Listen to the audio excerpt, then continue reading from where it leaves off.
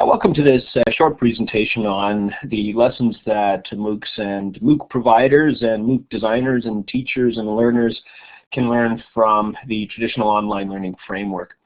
And one of the outcomes here will be the development of a resource and a white paper that will help a group of decision makers, faculty, designers, and others look at how to design for and target MOOCs in different settings. So, what are the types of decisions that need to be made and what some of the focal points of those, or the kind of questions that need to be answered. Now, this is still a bit of a preliminary framework, so I'm certainly hoping to hear some comments from you, either during the presentation or if you can send me a follow-up email. Just sharing your thoughts, I'd certainly appreciate it. We will be sharing this a little bit more broadly with a few peers as well, just in education research settings, and try and get feedback from them too. So for starters, I guess we sometimes like to think that what we're experiencing right now is sort of the first time it's happened. And if you look back a little bit, especially with MOOCs and the hype that they've gotten, you get this real sense that it's this stunning new innovation. But it doesn't take much of a look back to see that traditionally different types of media have been used by educators to try and improve teaching or learning, or just to connect with non-traditional learners in a similar way that MOOCs are. One example here in Canada, at least, is the University of the Air, which ran in the late 60s and basically sounded a lot like MOOCs on TV, namely degree-level courses were being taught, and it was done in partnership with universities. Now, this was also partly to fill some dead air time in the morning. In the US, the Continental Classroom, and I found this actually a little irritating. I had a hard time finding resources on this other than a few academic articles, some of them behind paywalls that I couldn't access through our library, which is a bit unusual. So, but essentially Continental Classroom predates the University of the Air, and it was done by NBC starting in the late 50s into the early 60s, and a similar kind of an approach. Things like statistics were taught or physics were taught in this kind of a format. And it was, once again, a creative and innovative pedagogy, a way of helping individuals outside the university sector learn. If you step back even further in terms of mass instruction, some of the activity that has gone on with radio and radio instruction comes to mind. And even though partly it started in the 1930s in certain developed or developing regions of the world, radio instruction has a very strong distance education component that is still ongoing in certain regions. But it doesn't really start there when we talk about distance learning and learning at a distance and learning with media. We actually have to go back quite a bit further and look at the first example of a distance education program that I'm familiar with, at least, is composition that was taught through the medium of the post in 1833. And so educators have been very active in embracing new technologies in spite of that very, very tiring argument that universities haven't changed. They're the same for several hundred years. I mean, obviously a nonsensical argument. It's kind of like saying sitting hasn't changed in a few hundred years. The idea of itself is so limited to actually be of any value. Anyway, so the composition through the medium of post, Frederick Jackson Turner through University of Wisconsin was doing correspondence work in the late 1800s and ended up actually doing some fairly innovative work in helping to educate doctoral students, and made a big impact in the history field. Another individual that was playing with distance education technologies or approaches was Anna Elliott Tickner, who, and probably this is interesting, is 1873, but the group she founded was the Society to Encourage Studies at Home.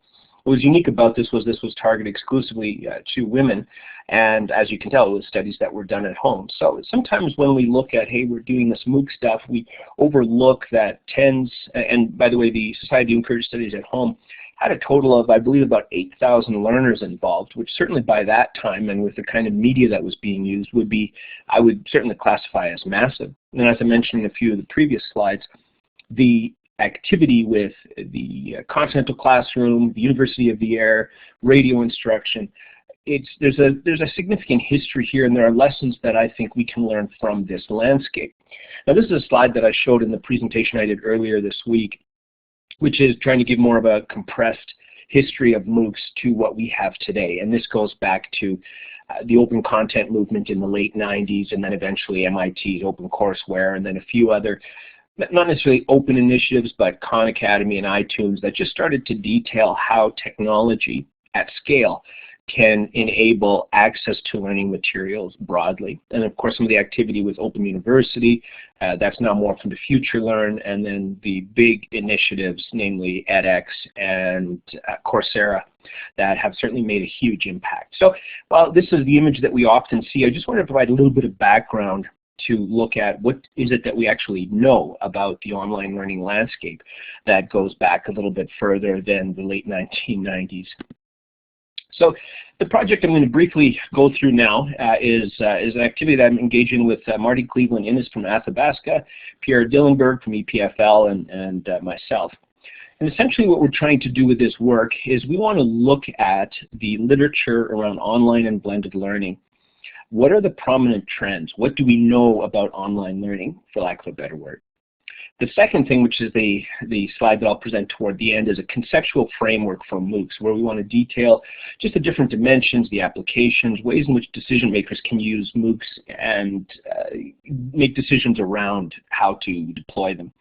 The third point, the explore applications and case studies, that's something that isn't reflected in the talk today, but will be in the presentation at University of Texas Arlington in December. So the approach that we took was fairly simple. So we did a literature review of what we know about online learning. Then we created a sample framework of MOOCs that includes primarily the attributes of MOOCs. So this isn't one of these lovely visuals. If I was more technically inclined, I would have created one for you already, but I'm working with a graphic designer on pulling that together. And then it'll be open for community input, where we'd like to hear from others. Did this resonate with you? What are the elements that are missing, and so on? And then finally, this will be presented as a framework at the December conference, and hopefully spur some discussion around ways in which the model can be improved or extended. So here are the literature areas that I've been looking at to sort of pull together this particular framework. Distance education, which I just provided you with a few examples of what's happened in that area. Online learning, gray literature, learning sciences, and then more recently learning analytics and the educational data mining community. And so what I'll do now is just briefly look at what's prominent in these research domains. And if anybody wants specific citations, obviously the paper will share the details and the influencing factors, but this is just an introduction leading to the framework. So this is my perspective or frame of reference. So first of all, the work in distance education is quite extensive, and it's quite often not acknowledged, especially as newer systems and new universities get started with online learning. One of the, and I'll talk this on the next slide a little bit, but it's been quite effective with distance education, is the development of entire systems of learning in the form of Open University, Athabasca University, or similar systems. There's also been quite a bit of work in this model of education through the lens of instructional and learning design. Now, there's some overlap with classroom activity, but if you have taken a master's level course in education, many of these names will be familiar to you. Others like Merrill on the first principle of instruction, the Clark-Cosma discussion around the role of media, problem-based learning, Ray Guth's work on instructional design. So there's a lot of activity that has gone on in distance education that looks at how do we create the learning experience, because unlike in a classroom where you can adjust on the fly when a situation happens and take advantage of a teachable moment, when you're teaching at a distance, you don't have that opportunity to correct midstream, and so a lot of things have to be thought out in advance. The work of transactional distance, the theories of interaction, Terry Anderson's theorem around the equivalency of different types of interaction, these are ideas that have developed within the distance education landscape. And largely this distance education research has been the philosophical foundation for the Open University movement, which really started in the late 60s. And today, with Open University systems in China and India, in some cases enrolling 1 million, 1.5 million students, there's value in this literature to consider, especially through the systems lens. And I think that's the biggest contribution that distance education literature offers for MOOCs, which is the extensive work done on this in terms of how do we design and how do we operate large-scale learning systems. Keeping in mind that open universities that have educated, let's say Open University UK that has 250, 300,000 students, University of South Africa that has around 450 to 500,000 students, open universities in China and Bangladesh and India that approach 2 million plus students. These are big learning systems that require a lot of organization and management, especially when you consider that many of these systems still send paper copies and resources around and that provide the tutor supports and related systems. So I just want to put that as a stake in the ground. MOOC providers can learn a lot from how distance education institutions are designed and operated. The second area of research is in the online learning landscape, and this is more recent, really hitting its stride in the mid to late 90s. Obviously, it drew heavily from distance education, but a few aspects that are worth noting is the development of frameworks of interaction. Probably the community of inquiry is one of the better cited and better researched aspects of online learning. There's been a lot of work around social learning that actually ties back to the 60s and 70s. Folks like Bandura come to mind, Jerome Bruner and others as well, obviously going back even further to Piaget or Vygotsky or more recently Seymour Papert. But one of the challenges in this landscape has been this perpetual navel gazing, and the question that inevitably comes up, and it's back in the forefront. I mean, for me, this question was resolved in the late 90s, but for people who are just kicking into the online learning landscape, it is a different perspective altogether. So once again, navel gazing is arising: is this as good as classroom instruction? And then other things that online learning research indicates is the synchronous asynchronous dimension, namely the separation of do we meet real time or do we meet on our own terms. That's one of the benefits of online learning, especially sessions like this that weren't evident in distance education.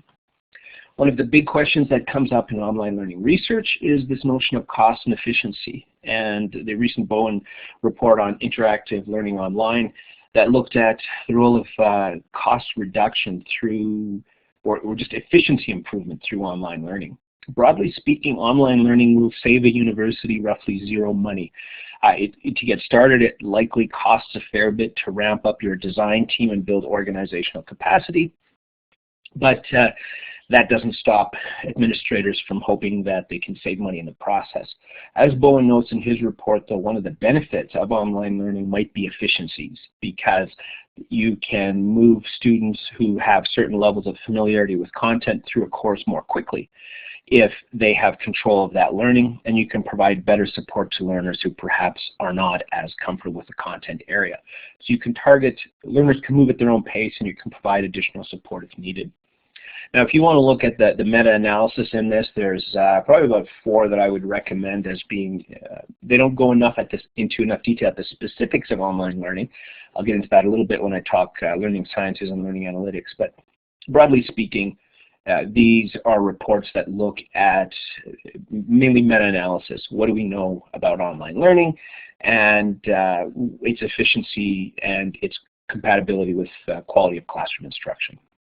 So what can we learn? Well, MOOC researchers can learn a lot from online learning, particularly the role of technology and media in different contexts. Social learning is significant in online learning, growing more so as the technologies become more interactive and less institutionally controlled. Another big aspect for online learning is quality. Just with my own master's students or with doctoral students, quality is a question that comes up frequently in the design and development of learning content and also the delivery of learning material. So quality frameworks are quite evolved in the online learning model, and there's a lot that MOOC providers can draw from. And then, of course, a big benefit of online learning was the inclusion of participatory and interactive learning, which is something that distance education didn't have, at least not at the level that we see here. in online learning. Now, another area that I just want to target is gray literature. Now, gray literature is actually the area where I'm most satisfied to hang out because that's where I think the bulk of the newer ideas emerge, and quite often before they hit mainstream, they've been dissected and debated extensively in blogs. Well, it used to be called Web 2.0, it's now social media. But this is a doing space. This is where people aren't necessarily thinking specific research questions, but they're generating some valuable insight and valuable discussion. So I have a few examples of folks that I find valuable to interact with, or at least to track online, and there's many, many others. But this is an important area of activity because before personal learning environments gained recognition in different spaces, they were prominently discussed in blogs, or before MOOCs became the term that gained the attention of New York Times, there was probably about a dozen academic papers written that came out of the gray literature that was generated through early MOOCs. So there's a lot of value in this gray literature, and I think educators ignore the value of these resources really at the peril of delaying the development of the academic landscape. So a big thing we can learn from gray literature, and that MOOC providers need to be aware of, is just the sheer energy and ideas that are being generated in this landscape. It's, I think, an important research space for academics to consider. Okay, so the fourth area that I'd like to look at is learning sciences. Now, out of all the areas I've considered here, the distance, the online, the gray literature, this is the best or the highest quality research space. And by highest quality research, I'm looking at how we define, or how universities, grant funding agencies define research. So this is more of a traditional research model, and the academics that are involved in this landscape, it's a big part of the work they do, whereas let's say in gray literature, it's just folks who are enjoying learning and interacting. So, and certainly there's a lot of research going on in distance and online learning, but a lot of that work is more at systems level activity, whereas learning sciences, and even if you look at any of the CSCL or similar publications, you'll get a sense of the greater focus to research design. Now, one of the benefits of learning sciences is it's a cross-disciplinary field, and their emphasis is heavily on the learner, and they focus on issues such as cognition, motivation, knowledge building. It is quite heavily grounded in constructivism, and as I mentioned, CSCL, the Computer Supported Collaborative Learning Movement, or a conference series, it figures prominently in this as well. So from a MOOC perspective, what can you learn from learning sciences? Well, I would say broadly, the valuable contribution that this landscape has to MOOCs is the emphasis on cognition. How do learners learn? How do learners build ideas? How do conceptual traits get developed? And a lot of the soft factors of learning that we sometimes have a hard time wrapping our head around, such as why are learners motivated to take a course, or how do we keep learners engaged? So those are the soft learning factors is a significant contribution from learning sciences. Again, the learning focus is important. As I mentioned, the literature in distance ed and online learning has focused more so, not exclusively, but more so on systems level, whereas the learning sciences have focused very much on the individual learning and on what's going on in her head. The evidence focus, I think, is stronger here and generally more accepted because it follows what would be viewed as being more traditional research activity, and I know some of my online learning colleagues will probably be offended by me saying that, but generally in the learning sciences, the research quality is better than what it is in other landscapes. So the final area to consider then is an emerging area of research. It is not something that has been extensively considered yet, because in many cases, this is, in the case of educational data mining, it is only about 5-6 years old. In the case of learning analytics, it's about 4 years. But this is what drives Coursera, edX, FutureLearn, and other systems. And the role of learning analytics is quite significant in these organizations because it guides the pedagogical models and also guides the design. Now, in some cases, there is a rediscovery of what's already in literature, and that may be partly due to the fact that many of the individuals that are involved in some of these bigger MOOCs have a background in artificial intelligence or machine learning or computer science rather than in learning sciences, online education, or educational psychology. Now, in fairness to MOOC providers, that's changing. And I've been quite impressed with organizations, edX in particular, the effort that they're looking at putting into better understanding the role of community and building that into the design process. So there's some good work happening there. And I think learning analytics and data mining is helping to drive that kind of activity. So some of the early reports coming out from both Coursera and edX suggest that there's a lot that we can learn around auto-grading, personalization, adaptation in these courses. Now, all of these are a response to scale. For example, if I'm teaching 3 students, I can personalize instruction to each of those 3 students just by paying attention and listening to them and interacting with them. But if I have 500 students or 5,000 students, that scale changes what I can do. And because technology allows us to scale, it also creates a problem that can only be solved by adding more technology.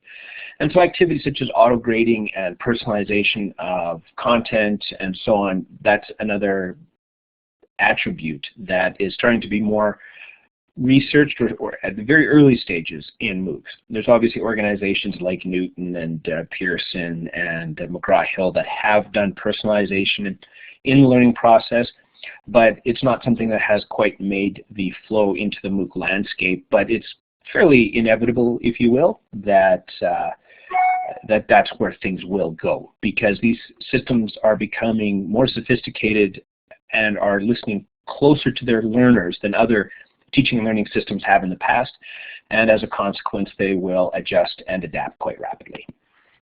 So what's the contribution of MOOCs? I think evidence-based is significant. It's a buzzword, but I think that is the case. Also, many cases can be more granular. I'm not sure how many of you are taking Ryan Baker's Big Data and Education MOOC that's running right now. But some of the questions that are asked by researchers in those areas are granular, and they're looking at small single variables rather than systems level variables or systems level models such as we see in distance learning and online learning more broadly. And I think also, so it's the insight. It's the insight at scale that they're getting. You get a different insight into what learners want to do or like to do when you have an N of 10,000 than you do if you have an N of 50. All right, so here's where we end up before I start moving to something that might look like talking a little bit about MOOC models or MOOC frameworks. So MOOCs do have a lot to learn from literature and online learning, and I'm grouping that whole mess of gray literature, online, distance learning into sort of one, and learning sciences into that one term of online learning. There's a lot to learn, and I've found several folks in the MOOC space to be somewhat willing to listen, even though there are others I've found that are not at all willing and actually just outright disregard the research that's happened in that landscape to date. The existing online learning researchers also have a great opportunity to engage with new research methods and to begin interacting with large-scale data sets that will help them improve their own teaching and learning practices as well. So there's a bit of a relationship here, and I do think it's going to be a significant departure in educational research going forward, where the research will increasingly be flooded with learning analytics or data mining literature that comes out of the MOOC landscape, and the existing research mentality that many of us in this space have needs to incorporate that or begin to reflect that. And many of the MOOC providers or instructors that have taught MOOCs, I've found them actually to be quite approachable as research partners. So here's where we end up. MOOCs then, in my eyes, are, whether they're fad or not is totally irrelevant. It's the underlying trends, as I mentioned in my presentation earlier this week, but they're a keystone concept that's helping higher education begin building its capacity for digital network learning. And as such, even if MOOCs fade as a term, the notion of digital network learning won't, the notion of learning at scale won't, and we need to acclimate or at least be willing to accept that this is the way that the education landscape is trending. So one of the challenges that we have here is to create or develop a MOOC framework that helps people who need to make decisions about MOOCs. And those people can be administrators, they can be designers or academics. But really just something that allows these individuals to make decisions about MOOCs in terms of how they resource them, how they plan them, how they deploy them, based on some of the goals, the context, the expertise of learners, and a variety of other factors. So that's what we're trying to do with this project, is create that MOOC framework. Now, we're not alone in this. Others have started playing in a similar conversation as well, and you've probably encountered some terminology between different types of MOOCs to date. I recently read a paper on the MOOC Canvas framework. It was built on the business Canvas model, which is, rather than having a one linear path of design, you have sort of an integrative or multiple path of design. So the MOOC Canvas model, I believe, I can't remember the exact variables they looked at, but I think they looked at about 12 variables or so in the design and development and running of MOOCs. There's a design and evaluation framework that Grover and others recently published in CSCL proceedings this past year, actually, well, in 2013, where they looked at the distributed intelligence framework of Roy P. and others and built a MOOC framework based on that particular model. Now, I think all of you have probably heard the XMOOC, CMOOC, PMOOC, Participatory Project MOOC, whatever else you want MOOC. And those frameworks, I think they're useful short-term frameworks, and I think they've served their purpose now. Through the use of these terminologies of XMOOCs and CMOOCs, we've made a distinction that there are different teaching, learning, and design elements that come into play in the delivery of a MOOC. I don't think that they're useful terms long-term, though, because ultimately it's kind of like saying we call online learning, it's a big umbrella that covers everything from structured learning to interactive learning to a variety of project-based learning. So I think eventually, to the timeline that MOOCs exist as a unique concept, I think we're kind of moving to the point where we just need to call them MOOCs and recognize that it's a broad umbrella term. So here's a framework and of the elements. So as I mentioned, if I had more graphical design competence, I would have created a beautiful image for you that details how these pieces interplay. But I have to rely on a graphic designer to help me with that. So sometime mid-November or so, we'll share what this image or structure looks like. What we're trying to do here is, as I mentioned, create a MOOC conceptual model that helps university leaders, designers, teachers, and others think about the deployment of MOOCs. Now, these aren't absolute points. These are spectrums. So here are what I view as the unique elements that need to be considered in the design of a MOOC. So first of all, it's design. How structured is it? How adaptive is it? What's the learning design process, the outcomes, the goals, the audience?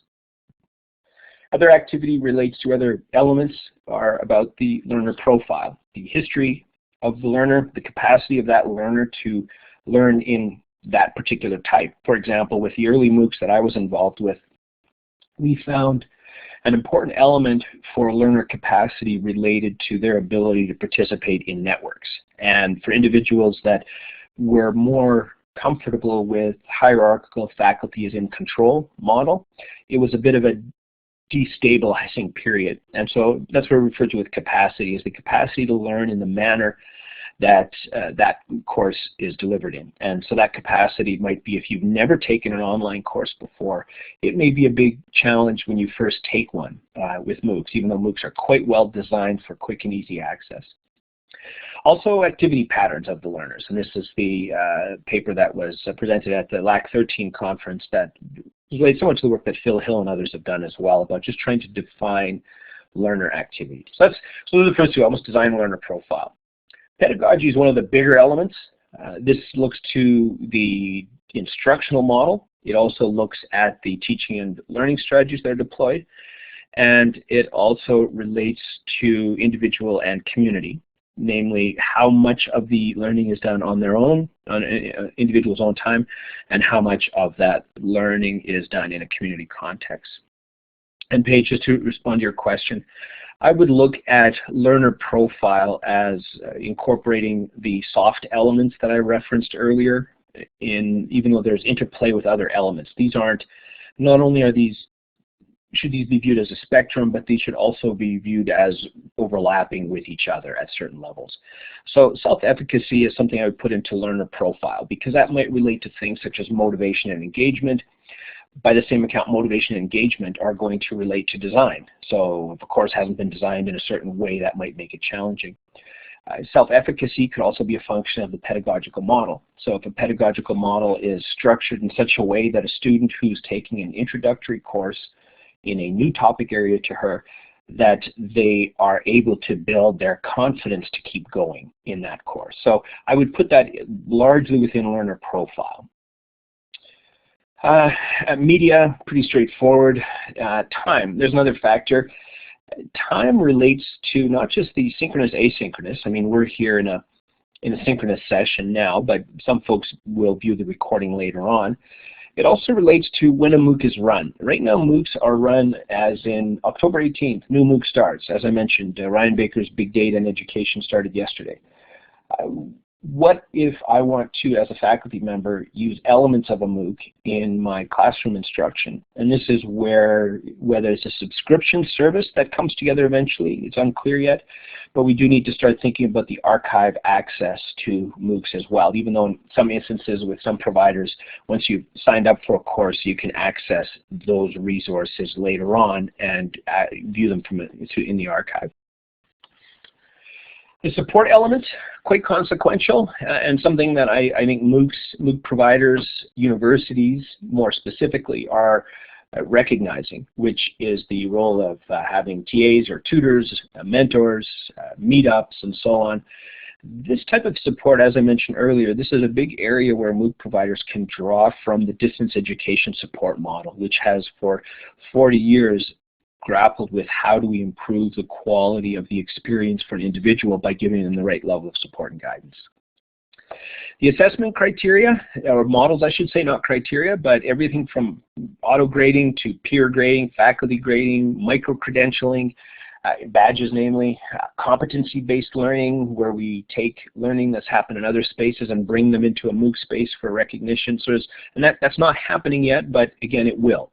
Just like, as I mentioned earlier, the development of adaptive personalized learning approaches will be brought into MOOC providers in the near future, simply because it's the next logical evolution. And as I mentioned, as long as MOOC providers are close to their learners and evaluating the data that's being generated by their learners, and I certainly know edX and Coursera are, then it's a fairly logical progression, even though it's a complex change, but it's one that we can anticipate.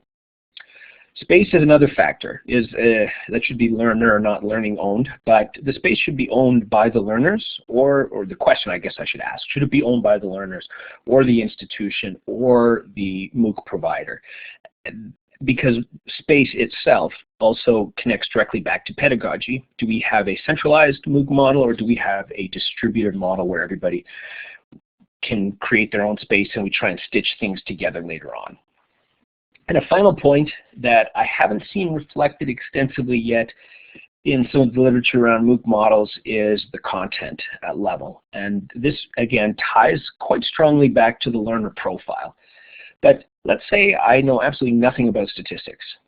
And if I have zero, and this is some of the work from Kaminsky and others in reading that has been done in the past, but it's, if you are fairly knowledgeable in a landscape, in a knowledge space, tightly coherent information provision is actually a detriment to you. Whereas if you are fairly new to a knowledge area, the opportunity for you to interact with fairly coherent structure is very important. Meaning, if you're an expert, then you will have a high level of ability to tolerate ambiguity, whereas if you are a novice or someone that is new to the learning landscape, you will need to spend more time in making sense of what that topic is. So I think those are just a few things to look at from how to make sense of this. And so just a quick question, I think reference. Joanne Kaminsky is the individual that I'm referencing around reading. So let me just get Kaminsky's last name. I just want to make sure I get the right name. Anyway, I'll drop the link in later. I thought it was Joanne, but I could be wrong. I'll find a link. So yeah, that's the difference between expert novice. And content then means that if you're completely new, if you come from an academic setting where you are the first person in your family to do a degree and you don't have any additional social or cultural support around you, that's going to be a big challenge for you as you're learning new content. And so, or if you're completely new to, as I mentioned, if I've never done anything with statistics before, the first time that I engage with statistics, it's going to be a big challenge for me. And that is a way that we then can rely on content presentation at a level and a type that matches the experience of the learner. Now, underpinning all those elements is, of course, a few factors that I've referenced earlier, but I'm treating these as not specific MOOC attributes, but things that we need to consider, namely the technology that we use, the system, the way it's been designed to perform to serve the needs of learners, and then the system or course evaluation and improvement that we need to reflect on as well, namely how do we begin to not just evaluate our learners, but how do we begin to do a better job of evaluating our system? Like, where do we tweak, how do we change our instructional models of technology services or technology that we provide and so on. So that's the framework that we're working on, and as I mentioned, it will be rendered shortly into a beautiful image that will be much more sensible in my explanation. But so these are the attributes. And I'd just like to, just in closing here or to wrap up, just hear from you, what do you think is missing? What are some attributes or elements that you think perhaps should be included that weren't included, or that you feel are undervalued, or perhaps that you feel shouldn't be there? So if you have any comments or thoughts, I'll release the mic, or you can type in the text box. Well, Jenny, I personally think it's the underpinning theory, largely because, as I've noted in courses that I've done in the past at least, is that when you interact with, let's say, a constructivist approach to learning, at almost each stage of learning, we need to adopt different frameworks to have the discussion. And what I mean by that is if I'm talking about how I'm learning versus how knowledge is being developed, if I'm talking about what's happening in my head versus what's happening in social systems, at each of those levels, if I'm talking about through almost any learning design model, I have to spend some time shifting gears. And my argument has been for a while that in connectivism, we use the same model at all levels of teaching, learning, interacting. We can describe everything through a network lens. And so, as I mentioned, my view would be it's the theory that underpins the entire structure. Others would argue with me on that. Okay, who was it that, Jane, there's the link that I referenced. Any other questions? I see a few questions being typed. Nope, no questions being typed. That was Jane saying thanks. All right, well, just give it another minute or so if anybody else wants to ask a question, and then we will end the session and go from there. Nature forms chat areas, system properties, tools monitor. Okay, you know, that's a good point. One of the things that I looked at was the the different MOOC spaces, how they're configured. And I've said this in other areas. I mean, edX is, in my eyes, the best designed system by far in terms of end user interface. I haven't had a chance to take a course in FutureLearn. I've worked with iVersity a bit. iVersity has some of the smoothness of edX, but you can still tell it's a first generation platform, so it's a bit buggy at times. But at this point, at least, each of the MOOC providers, even though the end user experience is different, namely how smooth it is and how well it works, but the functionality is quite similar. And so what I would look at then is your question around, let's say, discussion areas. I would likely put that into the space question, and whether space is partly excuse my dog, he contributes to every conversation I do. I would list that as being within the space component. So you're looking at, let's say, elements like whether we're participating in a discussion forum, whether we're participating in a Google Hangout. Partly, again, there's overlap with media as well, so that's also a contributing factor. So Paige, I'm not sure if that answered. If I didn't, please redress. Robert asks, is the country or origin an important parameter? You know, it's a good question. I would like to think no, but in fairness, there is an underpinning cultural dimension to knowledge that needs to be considered. I need to think on that a bit, whether there's a way to fit that into a model. Partly I would suggest maybe you could put that into profile, but I'm always a little leery of reducing expectations for other learners because of origin, because that sometimes is what happens once you sort of begin to take that kind of an approach. I'm more interested in other countries through the lens of what can we learn from them, rather than, let's say, you know, a country in Africa taking a MOOC through University of Toronto or through Harvard, and then having the assumption being that we're bringing knowledge to them. I think it's important that we get regions around the world, India, Africa, Latin American countries, giving us knowledge out of their regions as well. Oh, hey, Rebecca. Do you think over time credentialing will become big enough that we could need to uncouple assessment? That's a great question. That's what Udacity is attempting to do in some levels. Udacity is actually just saying, well, screw the whole system, and you know, we're not going to play with the existing credentialing bodies except when we partner with someone like Georgia Tech. So I do think it's possible that that could happen, because ultimately credentialing is a vote of confidence, which means that if you know me and if you feel that I'm capable of doing something and you have a task or a knowledge need or a business that you're building and you know me well enough, you use that relationship with me as a proxy. And so that's your credentialing element. You know me, you trust your knowledge of me, and you'll hire me if you think I can do the job. When we get into these large market economies where there's a lot of mobility of people in different regions, then we do exactly what happened with the university sector, which is we develop credentialing as a proxy. And that then says, okay, you might not know me because it's a complex world and I'm coming from part of the world you don't know and I don't interact with you in that particular community. Then you trust the degree that I apply to a job with, for example. So ultimately, the big question around this is, can we develop a suitable level of confidence in the proxy credentialing measures that will allow it to be pulled out separately?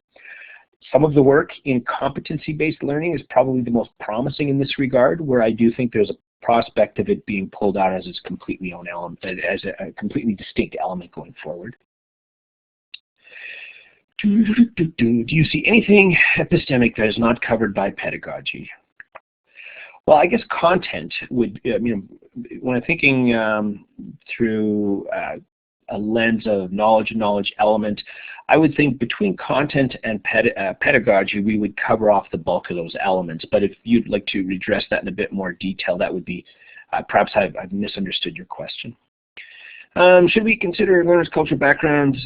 Yes, of course we should. In fact, more so, I think we should consider why or how can we encourage, as I mentioned earlier, other regions to begin teaching us, rather than saying we're teaching them. You know, edX is teaching the world, which obviously it is, but there needs to be a way for systems out of Latin America or, out of parts of Africa or China that also educate us as well.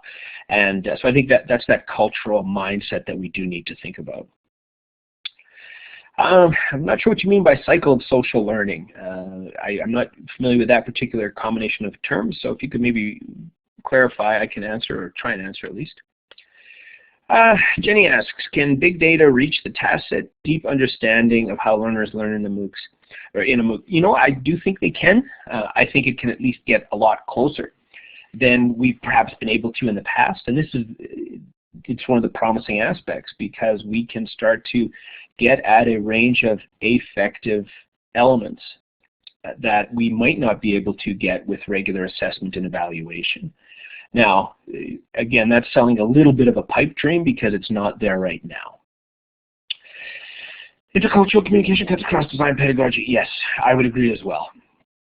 And then, let's see, the cycle of forming social network, how social network peaks and sustains. Yeah, that's interesting. That's a good question. I would almost like to put that partially under activity, the learner profile, because it's how they connect and interact. But there's something different there. Then it doesn't fit 100% into there, and I need to think on that a little bit more. Certainly, if you've looked at the social network analysis research, which goes back to the late 60s and early 70s, there's a lot there that can address social connections. Probably most prominently the work of Granovetter in weak ties and strong ties, and more recently some of the activity around dormant ties that look at how social connections contribute to the sharing of information. So yeah, there's definitely something that can be considered there as well. Okay, well, I don't see any more questions there, so just a quick emphasis. We have our conference happening in December at University of Texas, so hopefully some of you will be able to make it there. Otherwise, if you have any questions or comments or just things to add to the framework, as I mentioned, I'll pull together a few images to share shortly, and then that'll hopefully give you an opportunity, or whoever is randomly interested, to just share some additional information. Take care all. I appreciate you taking the time to listen.